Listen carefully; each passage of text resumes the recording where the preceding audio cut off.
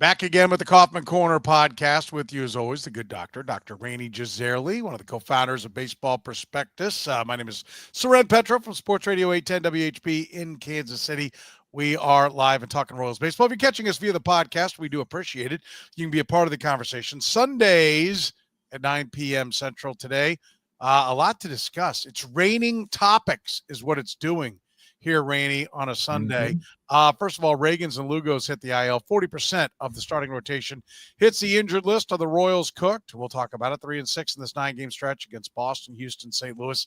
Not good enough, although Noah Camron did dazzle again. Who will get the call on Wednesday in San Francisco? Hey, late breaking news. Jack Caglianone to AAA, Frank Mozzicato to AA. A couple of the prospects being promoted. We'll discuss that. Expectations for Jonathan Bolan.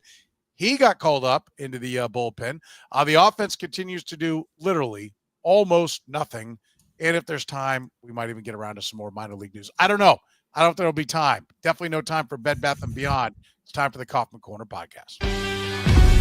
You're listening to the Kaufman Corner podcast, the most in-depth analysis of the Kansas City Royals, breaking down the Royals like no one else can.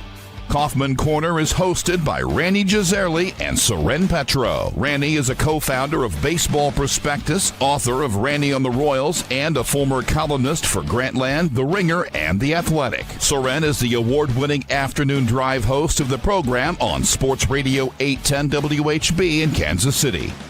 Kaufman Corner is proudly brought to you by David Starnes Allstate Insurance, covering all the important things in your world. Home, business, life, and even the fun stuff as well. Motorcycle, boat, ATV, you name it, get with Dave and he'll have you covered. Give Dave and his crew a call at 816-781-7331. Visit them online or stop into any of their locations, including North Kansas City, Liberty, and Branson, Missouri. Don't put those insurance needs off any longer. Get with Dave today. He'll give you peace of mind for the things in your life most important to you. And now, here are your hosts, Rany Jazayerli and Soren Petro.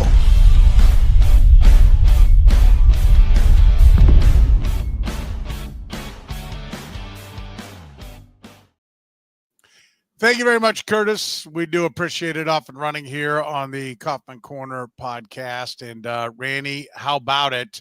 Not good news. Although, at least it's not an elbow. It's definitely not a shoulder. It's a finger. And again, it is a lingering problem with Cole Ragans. A groin. I've always heard, grointment, always, a great solution for that. Apparently, they haven't gone that direction yet. But, 40% of the starting rotation goes on the IL for a team that was living and dying by its pitching. I mean, is this it? Like, the offense is not showing signs. We'll get to that in a minute. I know Noah Camron looks great. That's a positive sign, but like the pitching they had wasn't enough with the offense that they had. I mean, are we really, are we waving goodbye to the thoughts of this being a playoff season as we sit here right now? Well, the thing is, it's not just 40% of the starting rotation. It's 100% of the guys who finished in the top 4 of the American League Cy Young race last year. Like, I don't think any team can easily fade the loss of 2 of the 5 best pitchers in the American League, which is what Seth Lugo and Cole Ragans were last year. So that's a problem. Now, the good side is this is probably going to be close to a minimum IL stay for both of them. That's certainly what we hope. Like you said, this is not, I don't want to say it's not the arm because it's obviously Lugo's finger, but you worry about anything from about the wrist to the shoulder. Right, those are the real injuries for pitchers. Everything else you hope for to be something they can come back in fairly short order and at 100%. Obviously, the timing of having both of them out at the same time is the problem, because if they could stagger it and just slot Noah Camron in for one and then the other, they might not skip a beat. But unfortunately, it's at the same time. And in retrospect, I'm sure they would have liked to have handled Cole Ragans' groin differently and let him go on the IL the first time this flared up. They gambled. It didn't work. I don't blame them, given that the track record of this team's training staff when it comes to medical history has been really, really good over the last couple of years. So And I don't think that they made things worse necessarily. It's just that this injury re-aggravated at the wrong time because of Lugo's finger also flared up. But they will be tested. I mean, Noah Camron. It's sort of funny to me that like they lose Ragans and Lugo. They have to put Noah Camron out there, and they lose 1-0 because once again the problem, it doesn't matter. It's almost like they could start anybody, and the problem will still be the offense, right? Like Noah Camron is the first pitcher in the history of baseball, if I have my numbers correct, to pitch into the 7th inning and allow 2 hits or less in each of his first 2 starts in the major leagues. Like that's psycho. Like that's just ridiculous. He's not that good, obviously. I'd be, as in terms of long-term prognosis, a low hit count is great, but I'd much rather see a high strikeout count. But it speaks to the kind of depth the Royals have. They could lose one of these guys for 3 or 4 starts, no problem. My concern is, what do they do for the other spot in the rotation? They can get a little bit creative with days off. I think that they'll probably go to a bullpen game. I expect to see just such a game on Wednesday. I'm hoping Daniel Lynch will get to pitch maybe 3 innings. It's so tempting for them to just slot Daniel Lynch in there and let him go 5, but I think he's proven he's not a 3 times through the order guy. He might be a 2 times through the order guy. I wouldn't want to push it, but if he can give you 3 to 4 innings and you can figure out the rest around him, they might be okay with that start. And then, just kind of, you just take it game by game. I mean, this team under Matt Corturo has been very good about just focusing on the game in front of them and being as creative as it takes to win. So I actually don't think it's going to hurt them as long as Lugo and Ragans are out for the minimum or close to it. I like the combination of 3 and 6 in these games. Like we talked about it. I said this, I think it was last week. This team as it stands right now is not a real contender, right? Could they back ass into a playoff spot? Maybe, but they're not going anywhere. And now to take this hit, I mean, it doesn't kill them, but they're not good enough as it is. I mean, if you're taking that question, are they cooked? As in, are they going to lose 110 games? No, they're not. They're still better than that, and they have answers. But do you consider them to be a playoff contender still? I mean, yeah. I mean, look, right now, if the season ended today, they're in the playoffs. The Rangers lost, so I think they're a game ahead of the Rangers. They would have the 6th seed today. God bless, low standards. You can get into the playoffs with the 6th best record in the American League. Okay. But today they are. But do you really think? I mean, I think you always, you're the eternal optimist here. This team fattened up on the bad clubs. We just came through 9 games against teams that frankly might not even be good enough to make the playoffs themselves. And they went 3 and 6, and now they're damaged beyond the team that went 3 and 6. Well, what I think is interesting is in each one of these series, you're right. They were outplayed in each one of these series, but they managed to win 1 game in each of the 3. They did not get swept. They took 1 of 3 from the Red Sox, 1 of 3 from the Astros, 1 of 3 the Cardinals, with their offense in a complete, deep freeze. They scored 4 runs in a game once in this entire 9-game, this 9-game stretch. So given that 3 and 6, I mean, it's bad, but the mark of a team that's a fringe playoff contender is a team that's able to limit the damage. I mean, the Royals had stretches like this last year where they just, were playing kind of crappy, but their pitching was so good, they would go 4 and 7 instead of 2 and 9 or whatever. And that was enough to, you ride the hot stretches. This is a team that's had a 16 and 2 stretch. Wrapped around it is a 10 and 20 stretch between the beginning and the end here, right? The very schizophrenic team. I don't know what they are yet. So the best way for me to evaluate them is to just add it all up. They're slightly above 500. Their offense sucks, but their pitching is so good, it hasn't mattered. If they continue to play like this, yeah, I think ultimately the pitching will wear out before the hitting starts to improve, and they'll probably fall short. But they're close enough that a few improvements. And God knows that the offense can't be this bad all year long. I refuse to believe, if only because they're going to take away at bats from Hunter Renfroe. They're going to make a trade at some point if they stay in it. It's so easy to improve the lower third of this offense from be below replacement level to just slightly above replacement level, that I think they can weather this. I think they're going to remain a fringe contender. And when they get to the deadline, we'll see what they put together. But I'm not backing away from my 88 wins and a playoff berth prediction here. When do you give up offensively? I mean, that the offense is going to suddenly, get there. Like, when does it, when do we just go, well, no, this is it? Like, what are the odds this is the average and there's a cold streak for the offense coming?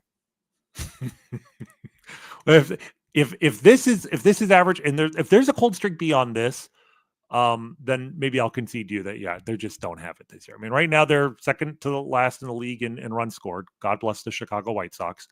And not just because the Pope is their fan, but they're keeping the Royals out of the cellar in the runs scored department. But consider this. Do you know how many games this year the Royals have won when they've allowed 4 runs in a game? When they've allowed 4? Yeah, when they've allowed 4. Well, I know there's some ridiculous. They're like 7 or 8-1 or something like that when they score 5 runs or more. They've like only lost like 1 time. And I think they were something coming into the Cardinal series. I think Curtis quoted me something like 17 and 18 when they score 4 or less. So I mean, when they what's the combination you're asking me so for? Just saying, how many times have they won despite allowing 4 runs in a game? Like, how many times has their offense done enough to overcome a mediocre pitching performance? 0. So actually 3.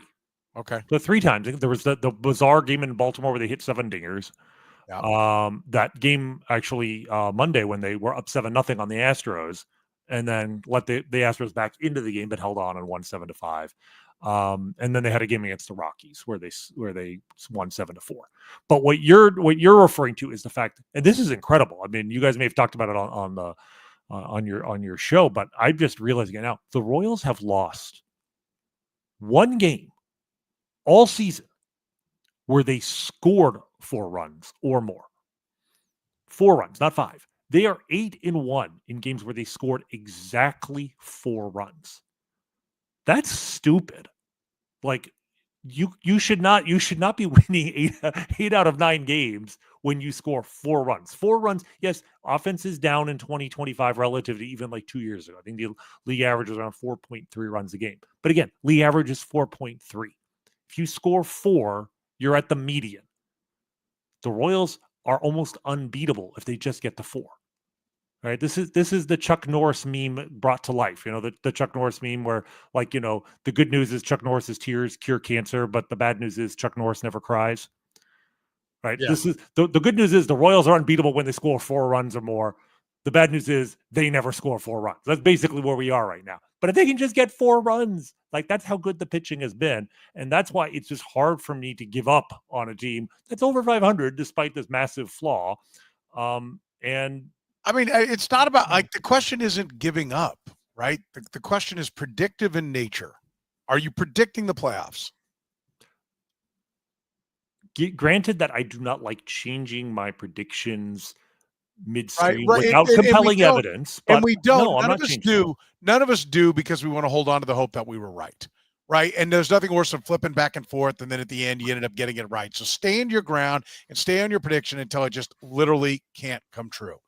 That's what we all do that are somewhat in the limelight in the prediction business. That's what we all do. That's the game plan. That's why you do it. Okay. But with new information, everybody has the right to change their minds. And I don't know that this is new information yet, because to your point, we said they're not going to get all the starts. So if we predicted 88 while telling everybody they're not going to get as many starts out of their starting 5 as they got last year, then we were still predicting 88 wins, knowing that things like this were going to happen. And to your point, they are not done for the year. They're not elbow and shoulders. They're things that it would seem like a little bit of rest and you can get back out there and get after it. So I do get it, that it is in the realm of our overall initial thoughts on the team to stay the course. But this offense was not, right? So the pitching is doing what we thought. We thought it would be good. We thought they would have guys that would miss. We thought there was some depth, right? I think everything is hitting pretty much the way we thought it would with pitching, right? Right down to kind of missing some starts and everything. But the offense is not coming around to what we thought. Jonathan India was supposed to make up for the incredible, unsustainable completely unlikely hitting with runners in scoring position. Right now, did we anticipate it going all the way the other direction? No, and it has. Jonathan India hasn't really, he's improved the leadoff spot, but he certainly hasn't made up for it. And then a lot of other things that we thought were going to be there are not there right now. And I don't know that Michael Massey has enough of a track record for us to just go, yeah, he's going to come around. Why isn't he Mark Quinn? Mark Quinn hit 20 home runs in a season, only to be destined to be out of the big leagues long before he was ever going to get paid in arbitration. How do we know that that's not exactly what we're dealing with here? You know what I mean? Yeah, I mean, look, I'm definitely deeply concerned about the offense, more so probably, or certainly than before the season began. But the shape of this team, one of the reasons why I'm not backing off my prediction is they're not really that much of a surprise in the sense that it's not like the offense is great and the pitching sucks. The pitching and the offense are what I expected, just more extreme versions of both, right? And more extreme versions of what they were last year. And a lot of the offensive regression, maybe we should have seen some of it just because the difference between this year and last year, I know David Lesky went on this subject on Thursday's show, but a lot of it is just performance with runners in scoring position. Last year was unsustainably good. This year, it's, they're worse with runners in scoring position than they are normally. Hopefully, there will be a little bit of regression there. Even a little bit of regression will make, enough of a difference with this offense where every run is precious. Even a slight uptick in runs scored will, I think, show up in wins and losses. So I'm definitely disappointed. Jonathan India has been a disappointment. Michael Massey has been a disappointment. But Maikel Garcia has been enough of a pleasant surprise to make up for at least one of those guys, if not both. The problem is also Vidi has been a disappointment. Salvador Perez has been a disappointment. Like, there's a lot of disappointments here. I mean, Kyle Isbell is the third best hitter on the team right now. But I refuse to believe that the Royals will stand pat all season long if this continues in terms of either promotions or trades. I expect them to be seen. I mean, we haven't even discussed it. It's maybe a minor thing, but Chris Stratton got designated for assignment this morning. It is the middle of May, right? And we've passed the 40 game mark. Hunter Renfroe is on notice, right? I don't think that's an exaggeration to say. He had a double today and scored a run, and you know what? That marks him as one of the heroes of the game because we only scored 2 runs today, and that was enough to win, right? With our number 4 starter on the mound, right? Like, that's just what this team does. It's nuts, but it works. So I expect there will be changes to the roster on the offensive side that, combined with maybe some regression, somebody will start to break out of their slump. I expect the offense to be better. They will score more runs per game from tomorrow until the end of the season than they have to this point. I do believe that. I get what you're saying, calling Michael Walker your number 4 starter, but he has been your number 2 starter by performance. He has been. You're cherry picking. I mean, it's very close. If you go specifically by what wins above replacement, yeah, he was barely ahead of Seth Lugo for number 2. But I mean, by that, Cole Ragans is barely, is your number 5. I'm looking at this based on preseason. Maybe you put him as your number 3 because we weren't sure what Chris Bubich would be before the season. Although one of us thought Chris Bubich would be one of the Royals' 2 best starters. So good on you. Yes. But you get my point, right? To me, I mean, there's Michael Lorenzen's a clear number 5, and he's been quietly fantastic. Like, if they forced him to go into the 8th inning this week with a 1-run lead because Lucas Erceg was not available, and that backfired. And then I feel bad for him because, like, it dragged his numbers down. He gave up 2 runs in the 8th. But Michael Lorenzen has been a phenomenal number 5 starter, right? And on what's it, 1 year, $7 million? He's making less this year than Hunter Renfroe is, and he's been fantastic. So again, the pitching is just so deep. Any offense, but why are you so convinced that the hitting will come back, but the pitching's going to maintain being the second best ERA in baseball the whole year? I mean, aren't you? I'm not. Okay, I'm hoping that whatever improvement we get from the offense, like whatever regression we'll see, I expect regression for the pitching. I'm just saying, right. I think that the offense will, it'll be roughly equivalent. And if it's roughly equivalent, they're on pace right now to win I don't think 88 games. I think they're on pace to win about 86 like last year, 86 or 87, which is right on the cusp. And right now, I mean, they're on pace, obviously, to be in the playoffs barely. And I expect that they will make improvements at the trade deadline. So that's my thesis for why I'm not backing away from my prediction yet. Well, all right. So they've just gone 3-6 against Boston, Houston, and St. Louis. And now they head to San Francisco and Minnesota. Mm-hmm. Minnesota's the hottest team in baseball. Mm-hmm. Giants, very good. Reds, Tigers, back to St. Louis before. Like, what do you think's happening in this run of teams? I mean, this Giants series to me is really interesting because the Giants are one of the surprise teams in baseball on the good side, right? I think, are they 28-19? Did they win today? They were 27-19 coming in.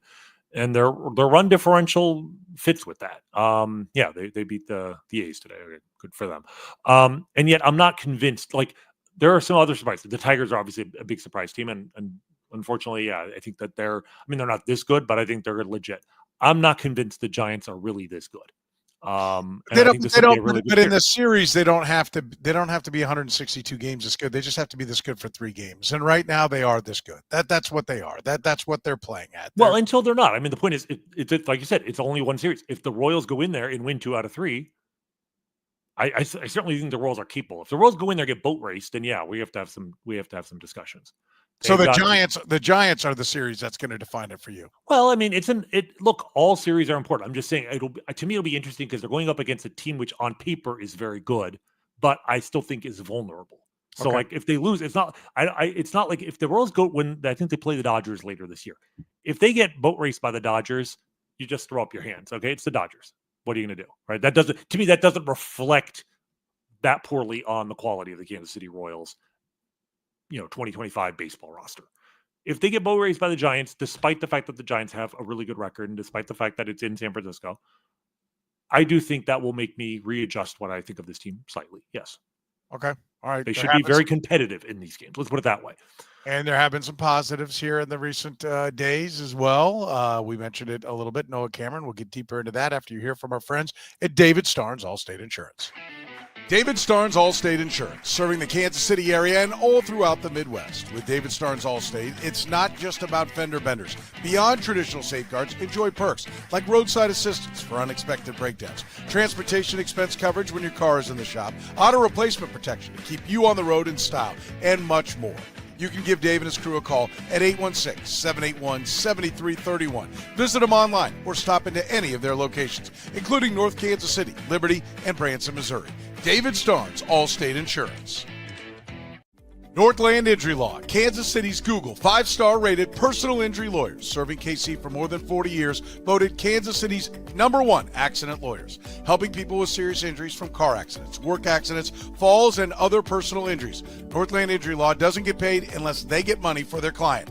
Don't wait, get compensated now. If you have a case, text HURT to 22222. That's HURT to 22222, or call 816-400-HURT. That's 816-400-4878. The choice of a lawyer is an important one and should not be based solely upon advertisements. All right, let's talk about Noah. Good news. The local kid dazzles yet again. You touched on it briefly, but, is this the get out of jail free card? That they've got the guy to lock and load, and they're probably going to dance from one guy to another all year long on somebody being hurt, but this guy's going to be ready to start 10 to 20 games this year, and he's the real deal. I mean, real deal might be, pushing a little. What do we mean by real deal? I don't think he's a top of the rotation guy. Well, real deal as in, is Michael Wacha top of the rotation guy? You called him a 4-starter. Well, he's the 4-star in the Royals. That's a to me, Michael Wacha is the quintessential mid-rotation starter. Okay, right? Can he hang a 4.53 ERA out there? Because that's what Cole Ragans has done. Yeah, but Cole Ragans also has a FIP that's like 2 runs better than that. Like, yes, can he put up a 4.53 ERA? Yes, I think he can put up an ERA, over the full season of 4 or maybe even slightly better, like high 3s, 4.0. Do I want him in this year's rotation for the rest of the season? Ideally not, because I think the Royals have 5 better options than him. But am I excited about his long-term future as a guy who could be a very cheap, starting pitcher who is a number 3 to number 4 in quality, but maybe the number 5 in this rotation for the next 3 or 4 years? Yeah, I kind of am. I mean, I thought it was very interesting having, we saw him in that first start, and he was obviously very good and had a no hitter into the 7th inning, but he walked like 5 guys, right? And that wasn't because he was necessarily wild, as that the Rays were very good at taking pitches outside of the zone. He was trying to get them to chase, and probably pitches that AAA hitters were chasing. And that was sort of a welcome to the major leagues moment, even though he was pitching great, because no, those pitches are taken at the major league level. And so I was very curious, how would he do when he came back? He went back to AAA. I think he only ended up starting once, maybe twice back in AAA. But would you take those lessons and come back and, challenge hitters a little bit more, make them, make those pitches a little closer, the pitches he's trying to throw outside of the zone a little bit closer, a little more tasty. And he didn't walk a batter. Right. So to me, again, these are all small sample sizes. You don't want to read too much into any of this, but the fact that he went from 5 walks in his first start to no walks in his second start,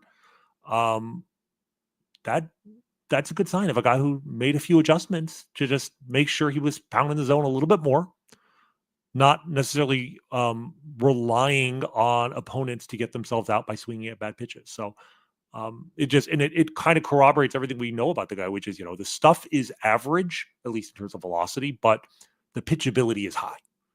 And that fit with what we know about Noah Camron. So I was very pleased to see that. We're obviously going to get a chance to find out a little bit, a lot more, I suppose, because he's probably going to start at least 3 more times, and then they'll have a decision to make. But it is a nice breath of fresh air that the Royals have a guy they stashed to AAA who was capable of doing this, when, for so long they didn't have 3 guys in the major league level who are capable of doing this. So I'm excited to see what he can bring. It's obviously great that he's a local kid, that he got to start in the weekend of the 10-year anniversary of a team that he rooted for and watched them win a World Series, and he got to participate in that and pitched great. He just was on the wrong end of a 1-0 score. I was asked this. I'll let you answer it. I know what I said, and I'll see your thoughts compare to mine. How is he most valuable? Is he most valuable as, let's hope that the Ragans and Lugo injuries are minor and they're both back and pitching, as a guy who's now proven himself as a big league caliber starter and somebody you can trade and get maybe the premium bat you need down the stretch run? Is that his best value, or is his best value, as you just said, cheap, controllable pitching for 6 more seasons? To me, I think it's more the latter. Like, I do think the type of pitcher that he is, I love to try everybody in the bullpen. I never give up on a guy until he's gone to the bullpen. And Daniel Lynch is just the latest example of that.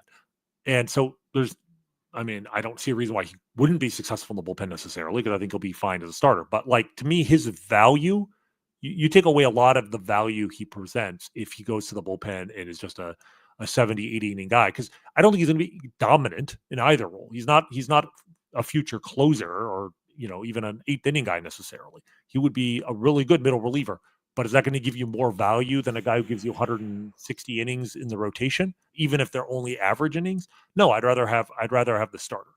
So I would prefer, unless there's an absolute need in the bullpen. Look, Daniel Lynch, they didn't try him in the bullpen at all in Omaha until the day he got called up at the end of August, and they moved him to the bullpen then, but partly out of desperation, because their bullpen had a lot of holes in it, and this bullpen doesn't really have that many holes in it right now. And the hole that they just released, they're replacing with Jonathan Bolan. So I don't think they need him in the bullpen. I would rather keep him if Ragans and Lugo come back healthy and everyone else is pitching fine. I'd rather just keep Noah Camron as the 6th starter stashed away in Omaha. Yeah, because the idea is that if Lugo comes back healthy, he's going to pitch well enough that he's not going to be back next year. Correct? I mean, that is my assumption. Now, look, I'd love to be wrong. People are connecting the dots on why we're talking about, well, what spot's open? That spot's probably open. I mean, Lorenzen's also a free agent. Lorenzen is a free agent. You have 2 spots that you have to fill. Right. So you have to be thinking about that. And again, you don't have, look, you could move him to the bullpen and move him back next year. I mean, Chris Bubich is doing that right now and has been phenomenal. But I don't see a pressing need for him to necessarily move to the bullpen. I'd rather him just focus on Yeah, You don't think it's there's Kraft always as a a third wheel. I crafty don't think guy? anybody's even remotely considering him going to the bullpen this year, are they? I mean, again, need defines everything, but there's Yeah. no need right now. Why No, why there's no would I need. mean? There's literally Bolan is there. There are 2 or 3 other guys in AAA Yeah, I'd rather consider if they had a need. yeah. And Hunter Harvey hopefully will be back at some point. Like I just think it's unlikely they will have any need for Yeah, him. I mean, I think that the conversation is Noah Cameron as a starter. I mean, the two outings he's had, I don't even think bullpen's even on the discussion for where he's going to be. I mean, I think you're looking at him as a starter until he shows you some reason to not look at him as a starter, and we haven't seen anything from that. I think the other thing that's interesting, if you do, if Lugo opts out, do they have the right to put a offer on him? I I I think they think so. do, and I I think they believe they had do. that with Right. Waka, and they beat the deadline with the extension, correct? I believe you're right. I think that because yes, we had discussed the possibility that would they offer, because Walker could have come back on his own. He declined it. We assumed he was going to decline his player option at like 16 million, but the Royals had essentially the option at 21 million to make him the qualifying offer. And the question was, he clearly was worth more than 16 million. Would they chance that he takes a 1-year $21 million deal? That's what we were discussing. And then they split the difference and give him a 3-year contract for 18 million, right? But Lugo has, because the reason this is a discussion is you can only be given that qualifying offer once in your career. But I do not believe Seth Lugo has had that. So yes, I believe the Royals have the right to offer Seth Lugo a qualifying offer, which, assuming he's healthy, at the end of the year, I think is a no-brainer because he's better than Waka was last year. I think his salary will go up from 15 million to 21. It's a 1-year commitment. Like that you absolutely do that if you're the Royals. If not, you get a nice juicy draft pick. So yeah, I assume the way I look at it is if Lugo comes out great, but if he doesn't, Camron gives you a way to save close to $15 million in salary, put him in the rotation, and hopefully take that money and actually go out and get a bat somewhere. The way I answered this question was he's more valuable in controllable years as a pitcher that's going to eat innings, if you believe that this is who he is. Now, look, if you're like, he's getting by on some guys. Somebody mentioned my Bobby Keppel factor that I put out there. Like, is he just a guy that they're not taking serious yet and give him a couple more starts? Now they read the scouting report and they start to feast on him.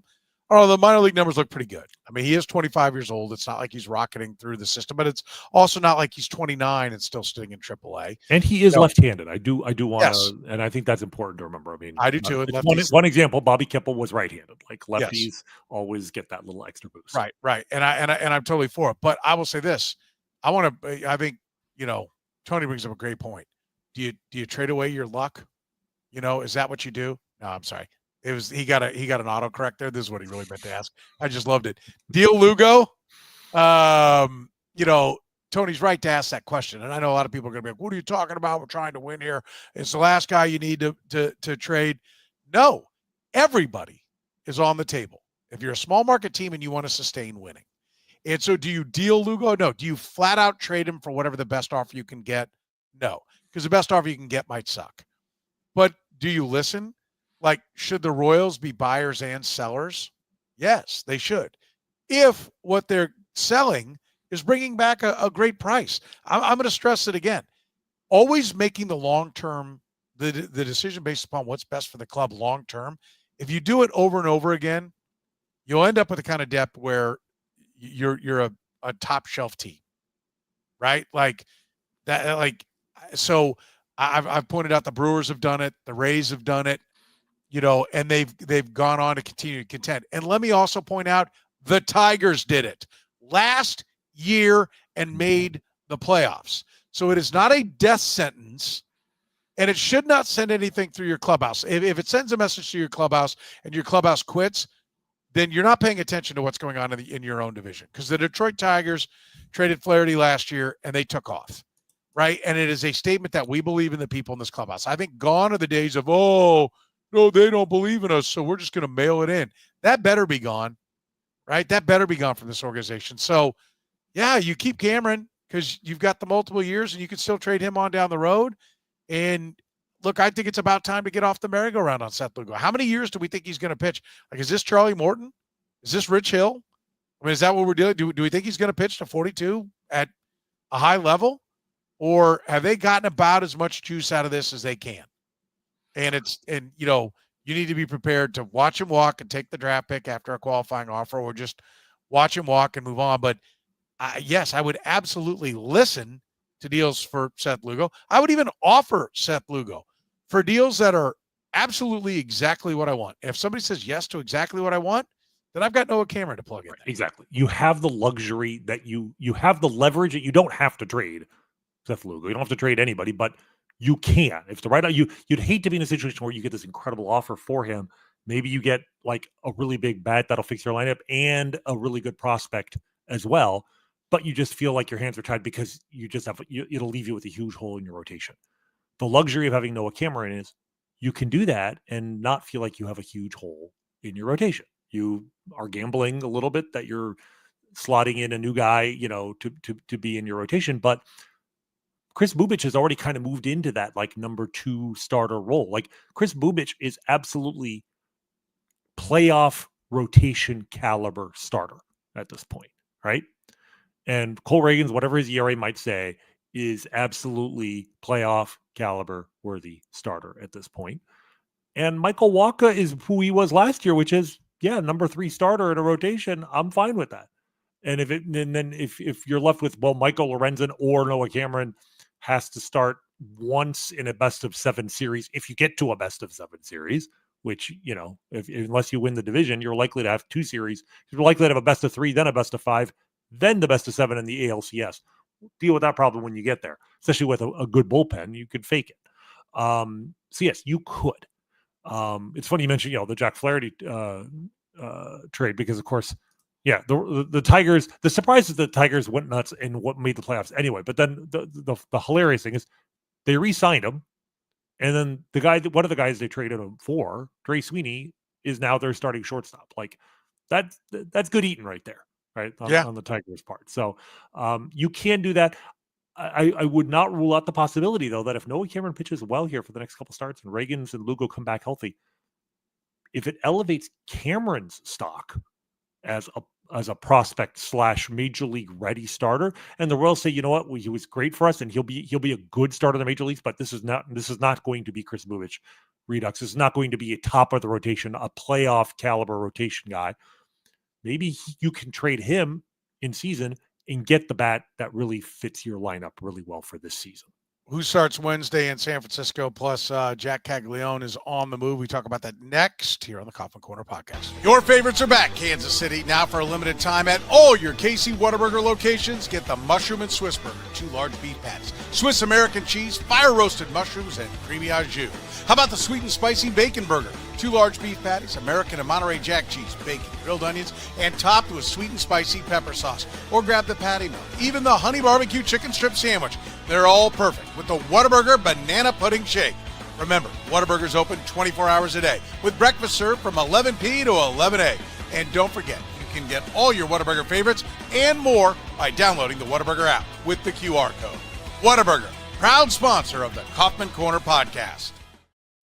Gann Asphalt and Concrete, proudly serving the greater Kansas City area. Nationally recognized full-service paving and pavement maintenance contractor.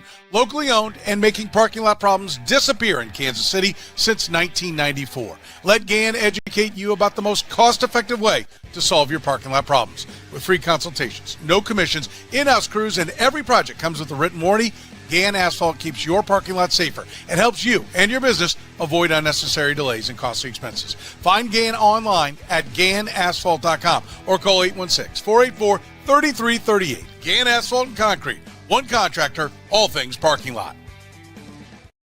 Rany, what's the call on Wednesday? Who's the right guy? So, I mean, to me, the obvious answer is, like I said, Daniel Lynch. I don't know if he will be the starter or they'll have like an opener and they'll use him as, I don't know if we've ever come up with a name for whoever is the guy who follows the opener, who's actually kind of the starter or the longest lasting pitcher in the game. That could be misinterpreted, but okay, we'll go with it for now. The curveball. Well, let's say a guy who throws a really good curveball, the deuce. to me, that he's the one guy in the bullpen I think who's capable of going a second time through the order.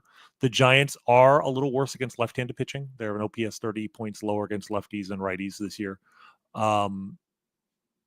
He has starting experience, etc. Like he pitched today, which I think might be telling, because now he hadn't pitched in a couple of days, but now he can have Monday and Tuesday off, and he should be ready to give you maybe 60 pitches. Like, again, this is, and maybe he stretch them out over the next 2 or 3 starts, but there's an off day, I think Thursday. They'll need one more bullpen game next week, but they have an off day next week, I think Thursday, and then the following Monday.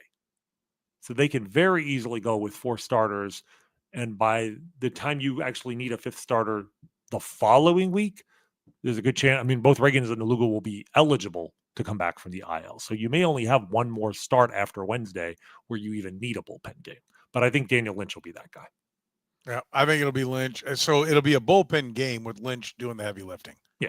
I mean, if he starts somebody else and then he comes in for 3 to 4, like somebody will get 1 inning and then he might get you through the 5th. Like that would be the ideal goal. And then you see where you are at that point. If it's a competitive game, you've got Schreiber, you've got Ursig, you've got Estevez, you've got Jonathan Bolan. I mean, we'll see what he is, but like they have depth. I mean, it's crazy, but it's true. They have a lot of depth in that bullpen.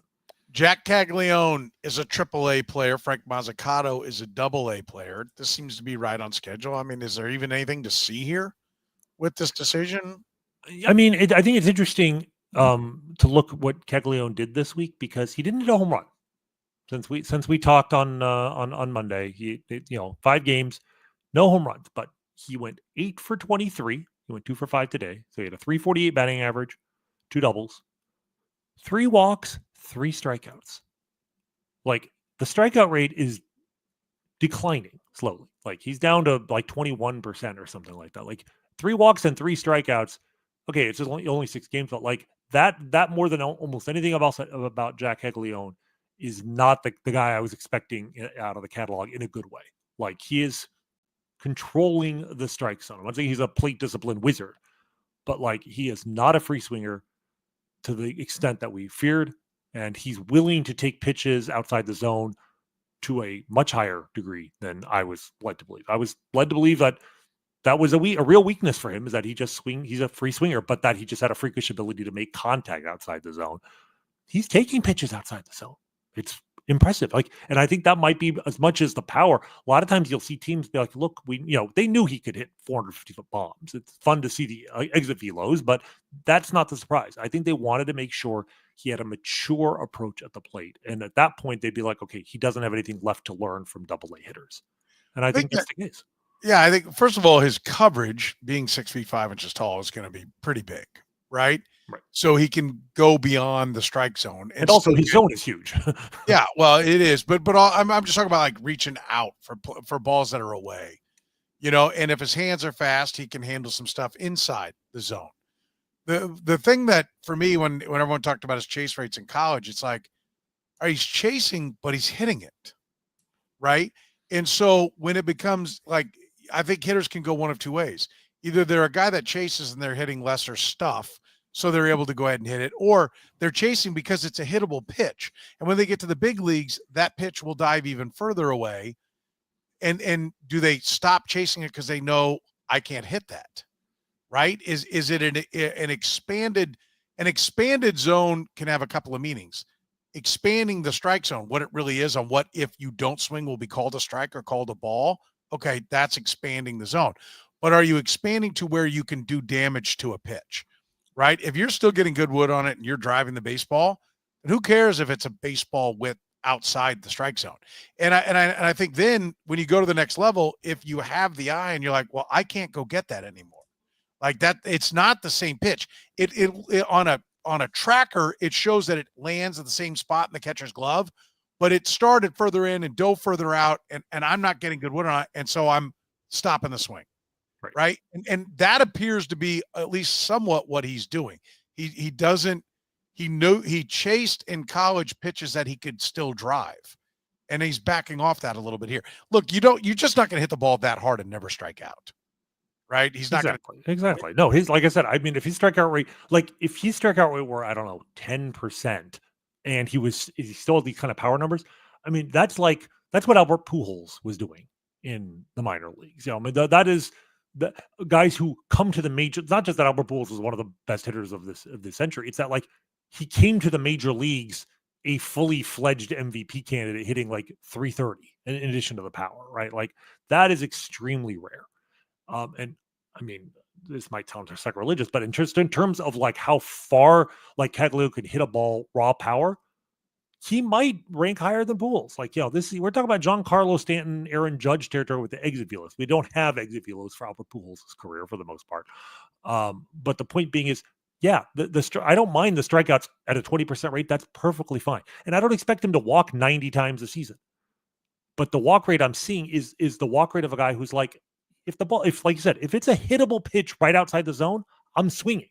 But I'm just not swinging at the slider 2 feet out, 2 feet down and away. No shade intended, Salvador Perez, maybe. Right? Like, that's the pitch I don't want him to swing. The pitch he has no chance of making contact with.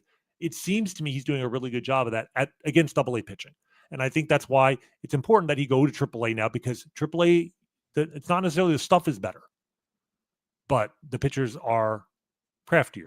Yeah. Right? They're more experienced. They're more trying to get you to chase pitches, or at least swing at pitches they want you to swing at. It's not even necessarily swing and miss. Sometimes it's about swing and make poor contact. So I think it'll be a very good challenge for him for the next, I'm assuming, at least 3 or 4 weeks, and then we'll see where he stands, and we can start talking about legitimately bringing him to the major leagues at that point. You wanna comment on this one? Cags is Pujols. Rany confirms. Well, I mean, they do bat with the other hand, but they're completely different hitters stylistically. From the side they swing at to the size of the fact that this one throws with the left hand, but otherwise identical. So yeah, I'm sure he'll be playing some third base before long, Jack Caglianone. So Frank Mozzicato got promoted as well. Is this justified, or are we just like, let's push him along? Hopefully he rises to the occasion and we have something to show for this former first-round pick, or no, he's ready to, he's one step away from being a contributor to the Royals. So, Mozzicato, it's really interesting. I'm not sure we've talked about him at all this season for, a guy who obviously was a huge part of our discussion for years, because justifiably so. He was a 7th pick in the draft 4 years ago. But very quietly has kind of had a at least statistically an impressive season. Just stop. Let me finish. Statistically an impressive season. I mean, come on, you shill. Are you on the payroll now? Wait, can I finish? Come on. You know me. I need 1,000 words to make 1 point. All right. Okay. But the point is, he has, I don't know, I don't think it's an ability, but his track record is that he has this freakish way of keeping the hits down, right? Like, he's allowed 15 hits in 36 innings this year. His walk rate is only marginally better than last year. His strikeout rate is better, but it's not where it was when he was in low A ball. Be honest. His walk rate's atrocious. Oh, it's still bad, but it's atrocious. Bad is not 22 walks in 36 innings. And I know what you're going to say. That's the lowest rate of his career. I know. It's still atrocious. And he's keeping the hits down because you don't have to swing. Like, that's why the hits are down. Right. The point I want to make, which is agreeing with you basically, is that I'm not certain he's better than he was last year. The thing about him this year, like his last start before he got called up, I think is like the perfect exhibit of who he is. He threw 5 innings. He walked 5 batters. He gave up a homer. Only the second homer he's given up this year. He has cut the homers down, but he gave up 5 walks and a homer in 5 innings.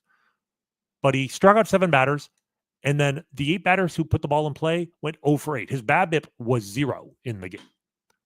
Like, if that were a real skill, that's amazing, but it's not, right? His batting average on balls in play for the season this year is 155. No major league player in the history of the sport has had a BABIP that low. Like, that's not sustainable. But my point is that I do think he probably has some ability to keep BABIP below average because he has a funky delivery. He was at 241 last year, so it was also very low. But his first 2 years in as a pro pitcher, it was around 300, which is average. So I think he's been very lucky. I will say this. I think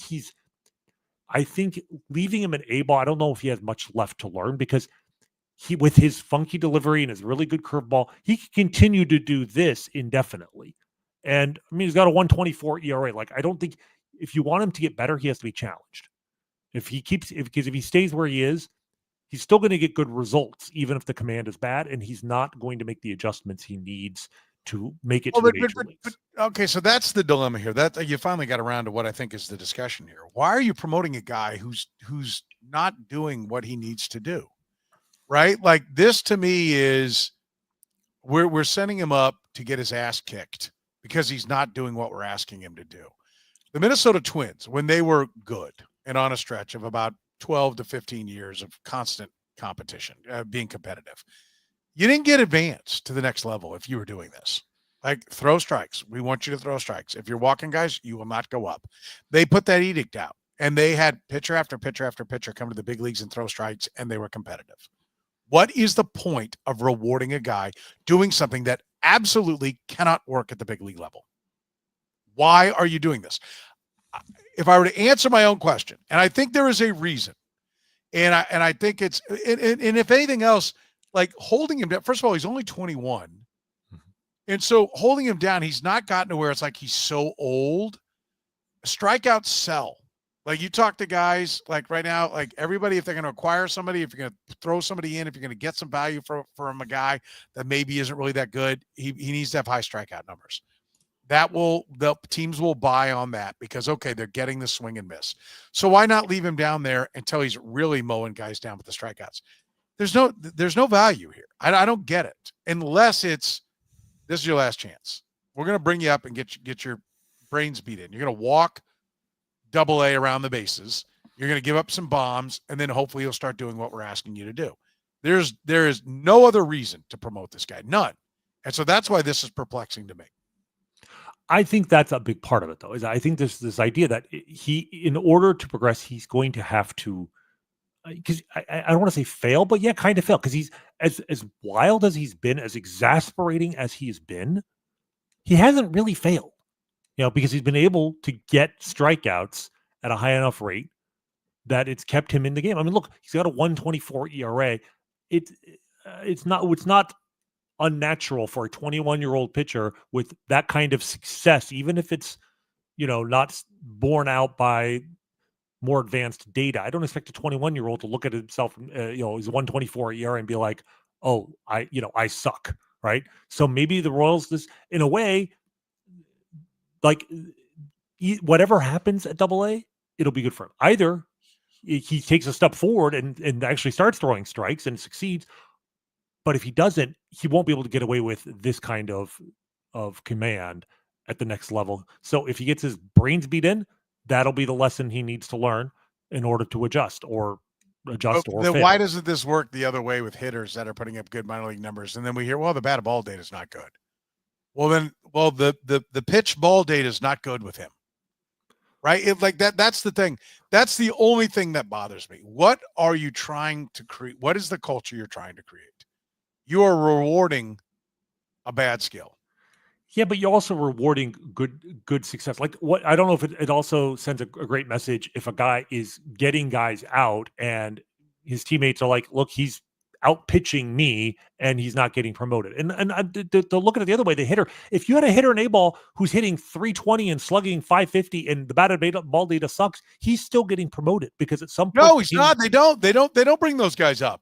Not to the major leagues necessarily. They didn't bring up John Rave. Yeah, to the major leagues, but from A-ball to AA, to me, like, if you were doing this in AAA and he got called to the majors, I think you and I'd be like, wait a minute, this is a bad idea. But what is the message it sends to the other guy in high A-ball who's walking everybody? That if you're able to keep the batting average against you at 121, we'll promote you too. Like, if this franchise if this was like the exception and everybody else that they had promoted along the way through strikes and they didn't have problems with guys walking everybody throughout the history. And listen, I am optimistic that this is going to work because there is a new regime in place. And that's part of what this is old. This to me is an old promotion. We're pushing the first round pick because we're going to get his ass to the big leagues so that we can be like, yes, our last 24 first round picks have all made the big leagues. You know how they all love to pride themselves on that, whether they piss a drop in the big leagues or not, do anything or effective. They just love Bubba Starling had no business ever being in the big leagues. But damn it, they brought him up because they were not going to say that he never made the big leagues.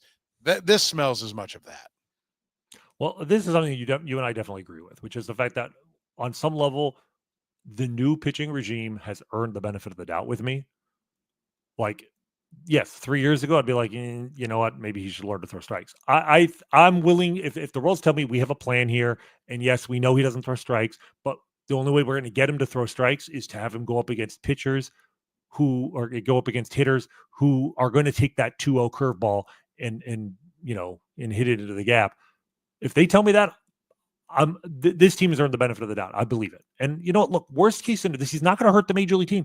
And coming into the season, you and I were both skeptical of him as a prospect, period. So if he goes to Double-A and gets his ass kicked, so be it.